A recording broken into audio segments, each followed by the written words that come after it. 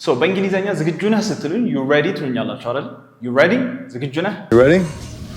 ሁላችንም ያስማማል። ግን ደግሞ ለመብላት ተዘጋጀህ በሉኝ እስቲ። ለመብላት ተዘጋጀህ? you ready to eat? you ready to eat? ለመብላት ተዘጋጀህ? You ready to eat? እሺ ለመተኛት ተዘጋጅተሃል? you ready to sleep? okay? you ready to sleep ካላችሁኝ ደግሞ ለመተኛት ዝግጁ ነህ ወይ? you ready to sleep? You ready to sleep? ለማጥናት ከሆነስ ለማጥናት ተዘጋጅተሃል ስትል you ready አሁንም to study ጨምሩባታላችሁ ማለት ነው።